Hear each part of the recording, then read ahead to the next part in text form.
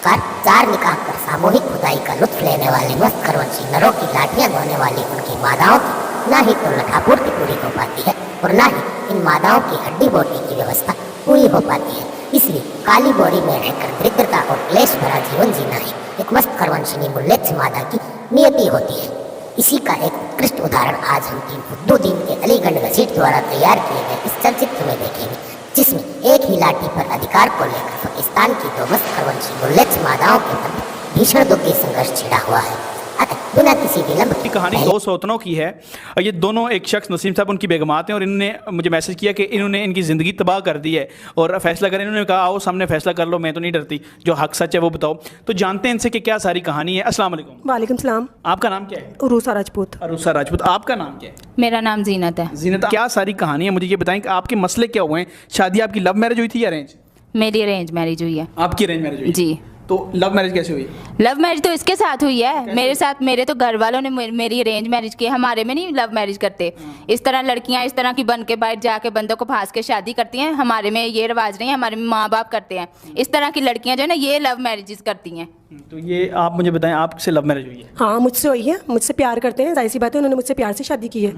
तो ये कह रही है कि आपने, आपका क्या इल्ज़ाम है इन पे? इसने मेरा बंदा छीन लिया। वो मेरे ना घर आता है, ना उसने ज़रा टाइम देना है, ना खर्चा देता है। मैं क्या करूँ, किधर जाऊँ? आपने कैसे छीन लिया इनका बंदा इनके मुताबिक? तो आप खर्चा मैं तो नहीं दिलवा सकती ना। आपकी अपनी एबिलिटी, आप खुद निकलवा लें उससे खर्चा। कॉल भी करती होंगी ना, आपकी अटेंड नहीं करते तो मैं क्या करूँ? मैं तो हूँ इतनी अच्छी। अच्छा, मैं जब फ़ोन करती हूँ, थानेदार नहीं, तुम उसकी फ़ोन की भी हो। हर टाइम तुमने उसका फ़ोन पकड़ के रखा होता है। मैं कैसे बात करूँ उससे?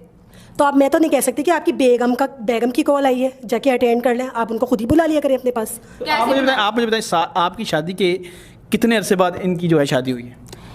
ये इसने 2-3 महीने हुए हैं। मुझे भी बड़ी मुश्किल से पता चला, वो भी मैंने फ़ोन एक सुन लिया इसका ना। मेरे तो पैरों से ज़मीन निकल गई कि इसने निकाह किया हुआ है, इसलिए नहीं आता। मैं हर वक्त फ़ोन करती रहती हूँ, ना मेरा फ़ोन उठाता है। मैं हर वक्त रोती रहती हूँ कि पता नहीं क्या हो गया, ना ज़रा टाइम देता है बंदा।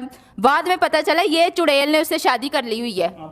आपने इनकी इस तरह शादी की है, छुप के? हाँ, छुप की शादी की है। डेफिनेटली वो मुझ पर मरते हैं। मैं एजुकेटेड हूँ, इनका मुझे नहीं पता ये एजुकेटेड है या नहीं है। अब उनकी अपनी एबिलिटी है ना, ये खुद ही बुलाएं अपने हस्बैंड को कॉल करके। मैं तो नहीं ना उनकी गोद में लाके दे सकती हूँ, ये ले भाई इनके खर्चे पूरे करें। मैं तो नहीं इनको भेज सकती। तो तुम क्या लगता है, तुम्हें लगता है कि बस तुम पढ़ी लिखी हो, बाकी नहीं? ये सारी दुनिया जाहिल घूम रही है। तुम इतनी बस, ये तुम्हारा हुलिया जो है ना, ये बार जो फिरौंतर लड़कियां होती है ना, उसकी तरह का तुम्हारा ये हुलिया है। इस तरह की लड़कियां जो है ना, तुम्हारी तरह की, बाद में देखना बैठ के रोएंगी। तुमने मेरा शोर छीना है ना, देखना बाद में तुम्हारे साथ भी ऐसा ही कुछ होगा। मैं रो ना रो, आपका तो हेडिक नहीं है ना। वो मुझसे प्यार करते हैं, वो मुझ पे मरते हैं, डेफिनेटली मेरे पास आते हैं। आप मुझे बताएं, लव मैरिज आपकी इनसे आपको पता था अरेंज मैरिज हुई हुई है, तो आपने क्यों लव मैरिज की उनसे? मुझे नहीं पता इस चुड़ैल से हुई हुई थी नहीं हुई थी। उन्होंने तो मुझे झूठ बोला, ये पता नहीं क्या। बहरहाल वो मुझ पे मरते हैं, इसलिए अभी आपके साथ ठीक है वो? हाँ, अल्लाह का शुक्र, मेरे साथ। अगर मतलब कोई आपसे उनकी टेंशन नहीं है, आपको क्या बताते हैं इनके बारे में? क्योंकि आपके साथ वो रहते हैं, अभी क्या बताते हैं? मुझसे तो कोई टेंशन नहीं है, मुझे तो बहुत खुश रखते हैं और मुझसे भी खुश कहते हैं ज़हनी मरीज़ कर दिया है इन्होंने। खर्चे बता के, कभी खर्चे बताती हैं तो कभी इनको मेडिसिन रातों को ले लेके देती हैं। ये ज़हनी मरीज़ कर दिया इन्होंने उनको। अभी शुरू में तुम्हें भी खुश रखेंगे। जब मुझसे शादी हुई थी ना, मेरे कदमों में बैठे थे, कहते थे तुम्हारे अलावा ना किसी की तरफ देखूंगा भी नहीं। और तुम जैसी औरतें ना, देख लेना, अभी जैसे मेरे साथ किया ना, तुम्हारे साथ भी इंशाल्लाह आमीन ऐसे ही होगा जैसे मेरे साथ। अल्लाह ना करे तुम्हारे साथ ही हो सब कुछ। जो तुम मुझे कह रही हो ना, वो तुम पे ही हो जाए। आपके अगर उसने तीसरी शादी कर ली फिर तो कर ले तीसरी शादी। एबिलिटी होती है औरत की। देखिए मेरे में थी ना एबिलिटी, मैंने कर ली सेकंड मैरिज। चाहे तो कर ले, मैं थोड़ी मना करूँ। कर लेगा ना तीसरी शादी, फिर तुम्हारी तरफ भी ना देखेगा, फिर तुम देखना। आपको खर्चे नहीं देता वो? नहीं, मुझे नहीं खर्चा देता। हर वक्त मोबाइल इसके हाथ में होता है उसका। मैं फ़ोन करती रहती हूँ, ना मुझे वो खर्चा देता है, ना टाइम देता है, ना वो तो बात भी नहीं सुनता। हर वक्त इसने जादू किया हुआ है उस पर। आपने जादू किया? बदतमीज ड्रामे करी जा रही है। कौन सा जादू किया है मैंने? जादू तुम करती तो मेरी तरफ आता। जादू तुमने किया है, मैंने नहीं किया जादू। मैंने कौन सा जादू किया है उस पर? क्यों नहीं मेरी तरफ आने देती उसे? मेरे खर्चे कौन उठाएगा? अब मैं कहाँ से लूँ? अपने खर्चे कहाँ से पूरे करूँ? अपने खर्चे खुद पूरे कराओ। मुझे क्यों कह रही हो? मैं उनको क्या गोद में उठा के तुम्हें दे दूं कि ये लो अपने खर्चे पूरे करो? तुमने उनको ज़हनी मरीज किया हुआ है। नहीं, जब कभी आ जाए, उसका बुरा हाल तुमने किया होता है। तुम्हारे खर्चे कर करके उसने बुरा हाल किया होता है। उसकी जेब में एक पैसा नहीं होता। इस तरह का हुलिया तुम्हारा करने के लिए तुम्हें दिन रात शॉपिंग कराता है। मुझे 1-2 रुपया भी नहीं देता कि ये अपना खर्चा। इधर सबसे बड़ी खर्चे की क्या बात है? तो खर्चा तुम भी लिया करो, मैंने थोड़ी मना किया है। तो वो देता ही नहीं। तो तुम्हारी जैसी अगर उसके पल्ले मैं थोड़ी ना कह सकती हूँ उनको कि तुम्हें खर्चा देने जाए। मैं थोड़ी कह सकती हूँ। तो सारा खर्चा तो तुम खुद पे लगवा लेती तो हो। मैं लगवाऊंगी, डेफिनेटली मैं हूँ ऐसी। भाई वो मेरा हस्बैंड है, मुझे खर्चा देता है। अगर तुम्हें नहीं देता वो कोई खर्चा वगैरह, तो तुम चले जाओ घर छोड़कर, चले जाओ। मैं क्यों जाऊँ? मैं क्यों जाऊँ? मेरे तो माँ बाप ने शादी की, तुम्हारे तो माँ बाप को अभी भी नहीं पता होगा। नहीं जा सकती तो भीख मांग लो कहीं जाकर, भीख मांग कर भीख मांगू? क्यों भीख मांगू? क्या मेरा मियाँ मर गया है जो मैं भीख मांगूंगी? तुमने उसे अपने काबू में किया हुआ है, उसे मेरी तरफ भी थोड़ा आने दो ताकि मैं अपना खर्चा निकलवा लूं। ये झूठ बोले जा रही, मुसलसल झूठ बोल रही है। मैं तुम्हें अभी एक रखी है ना, अभी दूंगी। तुम ज्यादा करती हो, तुम उसको अपनी तरफ लगा के रखती हो।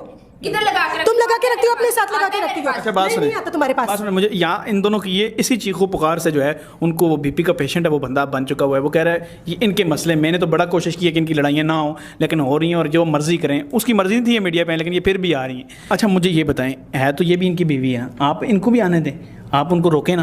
भाई वो मुझे प्यार करते हैं, अब वो मेरी तरफ हो गए। अब जब मैं इनकी बात करती हूँ तो वो कहते हैं कि इनको दफ़ा करो मेरी लाइफ से। तो अब मैं क्या करूँ? तो अभी ये दफ़ा हो जाए उनकी लाइफ से, निकल जाएं। जब वो इसको प्यार नहीं करते, जब इसके पास आते नहीं, तो फिर ये क्यों बैठी हुई है उसकी ज़िंदगी में? मैं तो कहती हूँ दफ़ा हो जाए।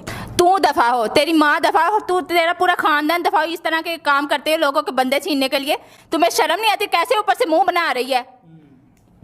देखिए ना, अभी ये इधर बैठ के मुझसे लड़ाई झगड़ा करिए। तुम दफा हो उसकी लाइफ से। तुमने उसको ज़हनी मरीज का रखा, तुमने ज़हनी मरीज का रखा, तुमने उसको ज़हनी मरीज का रखा। तुम रात तक उसको मेडिसिन देती। मेरा वो पहले बंदा था, तुम्हारा बाद में था। वो तो तुम्हें कहता है मेरी लाइफ से जाए ना, वो तो मुझसे प्यार करता वो क्या कहता है कि ये नहीं अच्छी? नहीं, ये नहीं अच्छी, ये पसंद ही नहीं है उसको।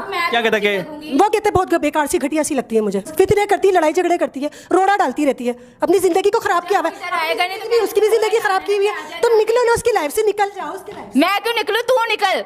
मैं क्यों निकलूं उसकी लाइफ से?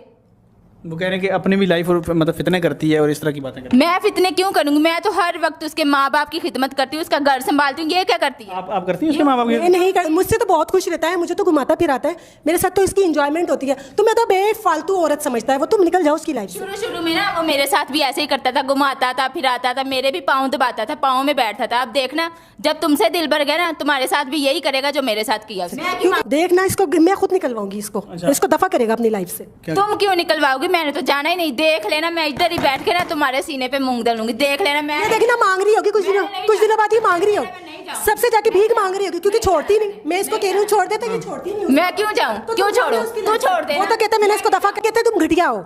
वो कहता तुम बहुत ज्यादा घटिया हो। ये मुझे पता है, बल्कि हो सकता है इंशाल्लाह तू दफा होगी, तू दफा होगी, तू दफा होगी। मेरे शोहर की जिंदगी से दफा। बात सुनो, बात सुनो, देखिए ना, ये कैसे करिए मेरे साथ। देखिए बात सुनो, बात सुनो, वो बात सुनो। यहाँ मैं एक मतलब इस मामले में सॉल्व करने आया था, मैं इतना पागल हो गया हूँ, मतलब डिप्रेशन का मरीज बन गया हूँ। एक अरे वो छोर पे क्या हालत गुजरेगी?